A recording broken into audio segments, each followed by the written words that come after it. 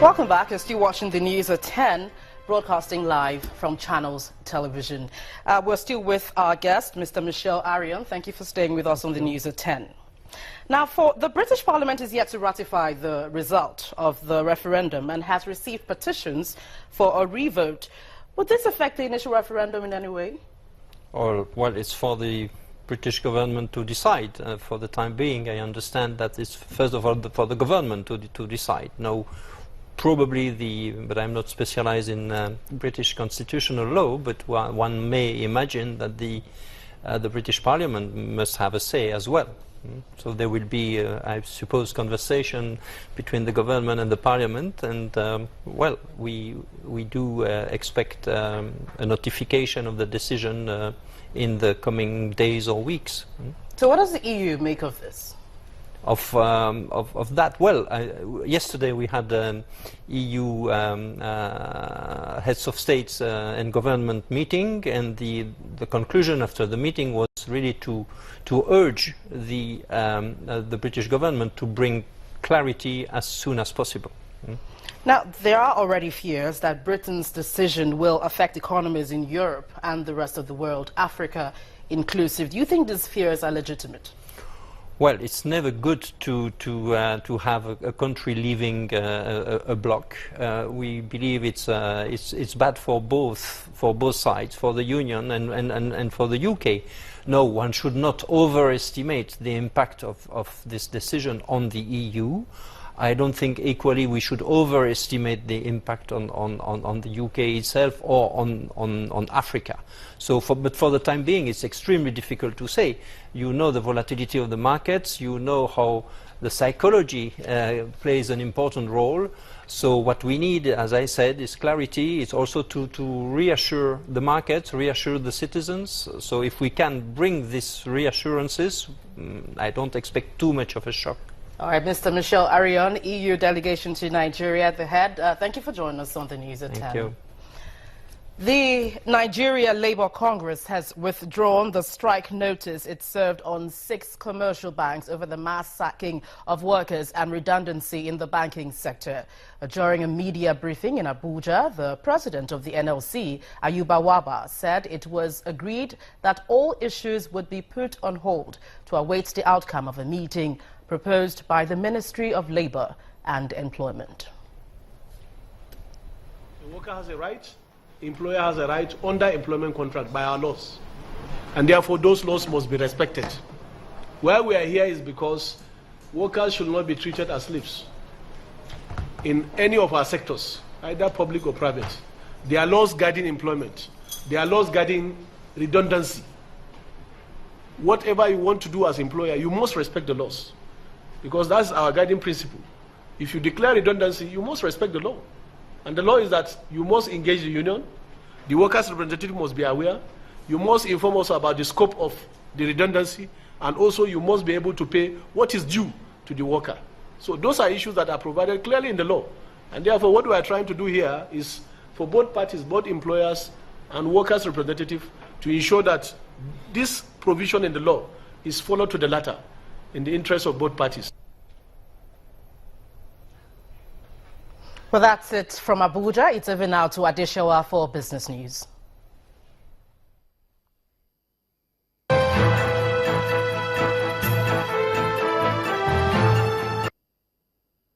You first. First Bank.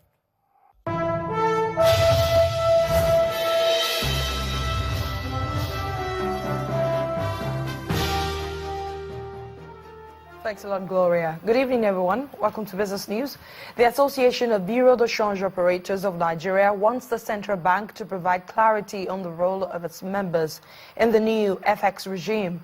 The traders who are worried about their exclusion from the FX VIP list make their concerns known at a meeting with the CBN today. At the meeting, the central bank expressed readiness to work out the position of the BDC in the policy. First and foremost, as a way forward, we ask the CBN for more clarification in terms of the new policy so that our members can be guided. Two, like they have agreed, to look into creating a special window, which we hope in the next few days that window will be open for our members to continue to do it. Thirdly, we also want them to look into having partnership in terms of licensing our own institution that can compete favorably with the global world. It's mindful, of the challenges that they're likely to face with this new forest policy, and it's trying its best to see how they can accommodate all the stakeholders, and carry them along, so that everybody at the end of the day will be happy with the policy.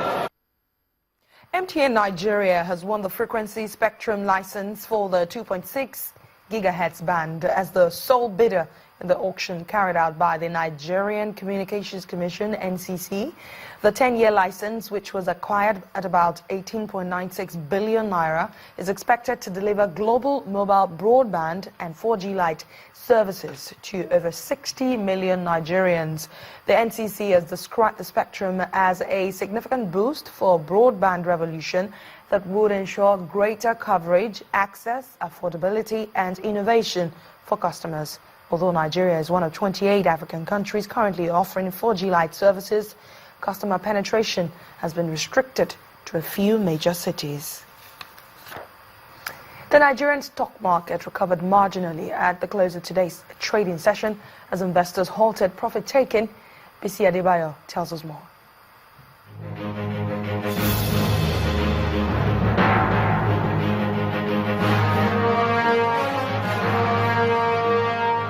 Hello and welcome to the Stock Market Report. The local stock market got a breather after 2 consecutive sessions of bearish sentiments this week. The all-share index climbed by 0.80% and midweek session at 29,812.91. Market capitalization also increased to 10.23 trillion naira. Total volume traded rose to 305.81 million shares, valued at 2.85 billion naira in 4,640 deals. Weimar Bank led on the advances list with 8%. Julius Berger and Berger Paints were among the top price gainers. On the decliners table, Fitzin led with 6.97% from its share price, coming ahead of Ashaka Cement and Champion Breweries. Transcorp, Access Bank and UBA were the top 3 most active stocks. That ends the stock market reports. I am BC Adebayo.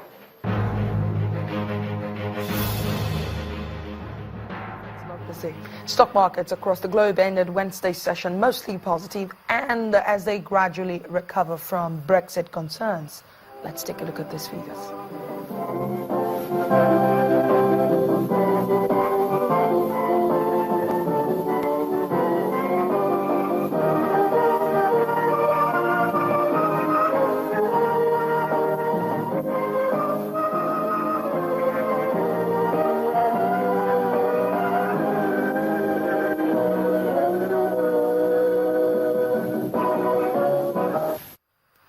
Markets looking green. That's business news tonight. The news at 10 continues in a moment. I am Adeshewa Josh. You first. First Bank.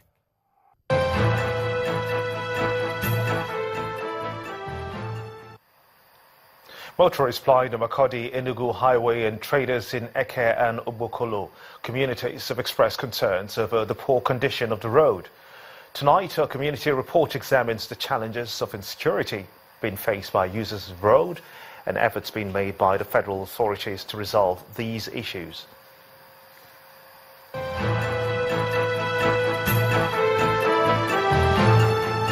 Etisalat, now you're talking.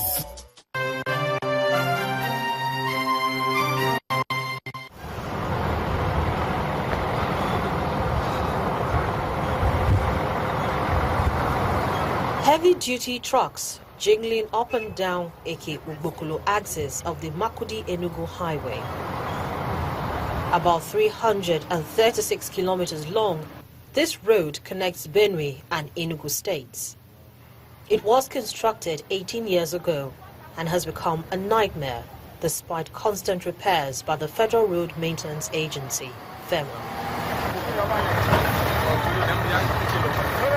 The bad state of the road has made it a death trap to motorists, pedestrians and other road users. Robbers take this place as an avenue for making money. They will come and hide. After you break in, as in decide to speed low to pass this bad road, they will jump into the road, throw wood to the road, block you and rob you of all your material and money. So we are facing difficulties by using this road. Certain times, if you are using this road, you will be gambling. Do I pass? I should hold on? Let me see motor coming from my front before I will apply the road. The road may be rough, but it also serves as a means of livelihood for those who sell their wares. Their only fear is of men of the underworld. This bad road that caused army robbery and so many other things. At times, those people they will come out and shoot some of our boys here. And those boys, the way they are coming out, they dress like policemen with police uniform and army. As you know, good to follow, you know, they're easy for motor. So how we go take say? It's almost a similar story on Okpoko-Kasanala Road, a major road that connects Benue with Taraba and Akwa Ibom states. Erosion has eaten up a section of the road, with wreckage of trucks in the steep after failed attempts to avoid the gully. Both residents and the state government are worried at the state of federal roads in the state. The thing don't spoil our motor finish. Benue people are aware that the economy is not good at this time, but what we expect the government of President Muhammadu Buhari to do is to look into this situation, to come to the aid of Benue people, to intervene and provide solution. We visit the office of FEMA and the police to find out what steps are being taken to alleviate the sufferings of the people. If you apply that road now, you will discover that at each of those bad spots, which the criminals tend to take advantage of, we have stationed patrol teams there, and then we have also the safer highway, who normally patrol that routes between those bad routes to forestall such criminal occurrences. At times, those sections might be a little bit too bogus for us to go in. So it needs a lot of funding, which the federal government does not have for now.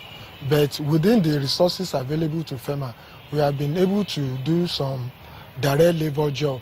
As the federal government disburses funds for capital projects, including roads reconstruction, it is expected that roads like this get quick attention.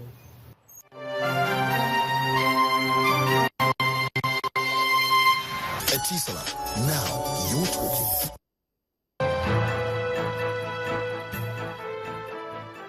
Still ahead on the news at 10. Nigeria champions Ayimba walk a tightrope after stumbling to second defeat in the 2016 CAF Championship League. That's coming up on Sports News. Stay with us.